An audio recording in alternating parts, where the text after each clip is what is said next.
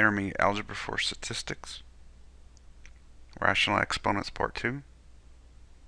Lesson objective: simplify expressions that have rational exponents using a calculator. If you recall, in the previous video, we looked at problems where we took a number and we raised it to a 1 over n power. So for this example, 81 to the 1/2 power. That means what number do I square to get 81? Well, that number is 9, because 9 squared is 81. So whenever we see an exponent of 1/2, that is equivalent to the square root. Square root of 81 is 9. So a question you may ask is, well, what is 81 raised to the 3 over 2 power? Well, we will answer that in this video. Let's look at another illustration. 125 raised to the 1/3 power. So this is asking, what number do I cube to get 125? Well, that number is 5, because 5 cubed is 125. So 125 raised to the 1/3 power is the same thing as the cube root of 125. So again, well, what is 125 raised to the 2/3 power? Well, we will answer that in this video. Definition: for counting numbers m and n, where n does not equal 1 and b is a real number for which b raised to the 1 over n is a real number, we have this formula: b raised to the m divided by n power. This is equal to b raised to the 1 over n power raised to the m power, or b to the m power raised to 1 over n power. Now this looks very complicated, but really it's not that bad. If we have a negative m divided by n, then we still follow the same rules as before. If you have a negative exponent, if it's in the numerator, you send it to the denominator. If it's in the denominator, you send it to the numerator, and you change the sign. A power of the form b to the m divided by n power, or b to the negative m divided by n power, is said to have a rational exponent. So this is just a fancy way of saying we have exponents that are fractions, rational numbers. So if you recall, the number that's inside the radical is called a radicand. This is called the radical symbol, and then this number here is what we call the index. Now if you don't see an index, it's understood to be a 2. So for this class, we will let the calculator compute these values for us. So we have a square root key on the calculator, but what about numbers who have a different index than a 2? Is there an n index key? And the answer is yes.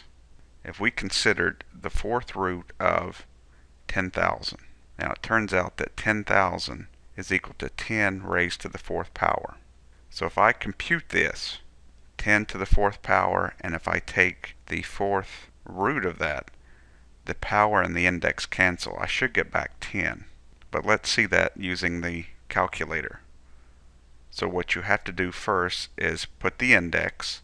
In this case, our index is 4. Then you want to hit the math key. Go down to number 5, where it's this symbol. Hit enter, and then type in the radicand, in this case, which is 10,000. Hit enter, and you get back 10. Now this is also the same thing as taking 10,000 and raising it to the 1/4 power. You will get the same answer, 10. And as I said before, 10 to the 4th raised to the 1/4 power, 4 times 1/4 is 1. 10 to the 1st power is 10. So it works. Let's do some examples. Example 2. Simplify 25 raised to the 3 over 2 power. Number 2, negative 27 raised to the 2/3 power. Number 3, 32 raised to the negative 2/5 power. And number 4, negative 8 raised to the negative 5/3 power. Solution: number 1, 25 raised to the 3 over 2 power is the same thing as 25 raised to the 1/2 power, and then that number being raised to the 3rd power. Well, we know this is 5, so 5 cubed will be 125. Number 2, negative 27 raised to the 2/3 power can be thought of as negative 27 raised to the 1/3 power, and then that number being squared. Well, negative 27 to the 1/3 power means what number do I cube to get negative 27? Well, that's negative 3. So negative 3 squared is negative 3 times negative 3, which is a positive 9. Number 3, 32 raised to the negative 2/5 power. Well, we first have to make the exponent positive. So since it's in the numerator, we send it to the denominator. The numerator will be a 1. Next, this is equal to 32 to the 1/5 power. So we need to think, what number do I raise to a power of 5 to give me 32? Well, that turns out to be 2. So we have 1 over 2 raised to the 2 power. And again, that's simply 1/4. Number 4, negative 8 raised to negative 5/3 power. We first want to make the exponent positive. So we send this down to the denominator. Now notice, this still stays a negative 8. The base is negative, but now the exponent is positive. Now that is equal to negative 8 to the 1/3 power, all raised to the 5th power. Negative 8 to the 1/3 power is negative 2. So we have 1 over negative 2 to the 5th power, which is a negative 1 over 32.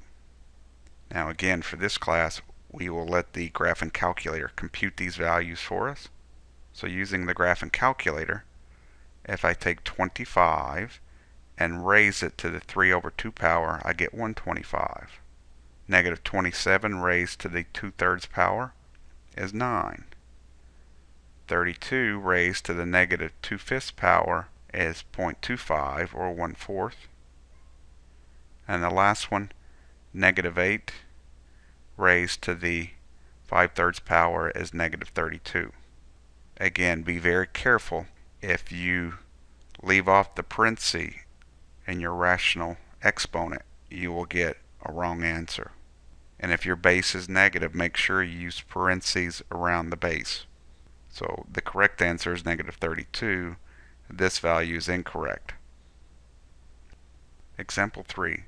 For f of x equals 64 to the x power, g of x equals 3 times 16 to the x power, and h of x equals negative 5 times 9 to the x power.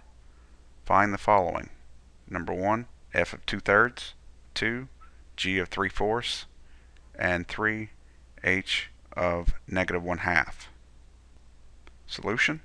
Number 1, f of 2/3 will give us 64 raised to the 2/3 power, and that's equal to 64 to the 1/3 power quantity squared. 64 to the 1/3 power is 4, and 4 squared is 16. So for this function, an input of 2/3 has an output of 16. Number 2, g of 3/4 will be 3 times 16 raised to the 3/4 power. Split the exponent up first, 16 to the 1/4, then cubed, then multiplied by 3. 16 to the 1/4 is 2. Next we cube it and we get 8. And lastly we multiply and we get 24. So an input of 3/4 for this function has an output of 24. Number 3, h of negative 1/2 gives me negative 5 times 9 to the negative 1/2 power. We first have to make the exponent positive, so it goes to the denominator. Negative 5 stays in the numerator. 9 to the 1/2 power is 3, so our final answer is negative 5 divided by 3. Using the graphing calculator, 64 raised to the 2/3 power is 16. 3 times 16 to the 3/4 power is 24. And lastly, negative 5 times 9 to the negative 1/2 power is negative 1.6 repeating, But if I change that to a fraction, I get negative 5 over 3. It checks. So let's summarize. When we have a base that is raised to a fraction, a rational number, the denominator is the index, the numerator is the power, is the exponent of the number that will be in the radicand. So the denominator is the index and the numerator is the exponent of the number and the radicand. Thanks for watching.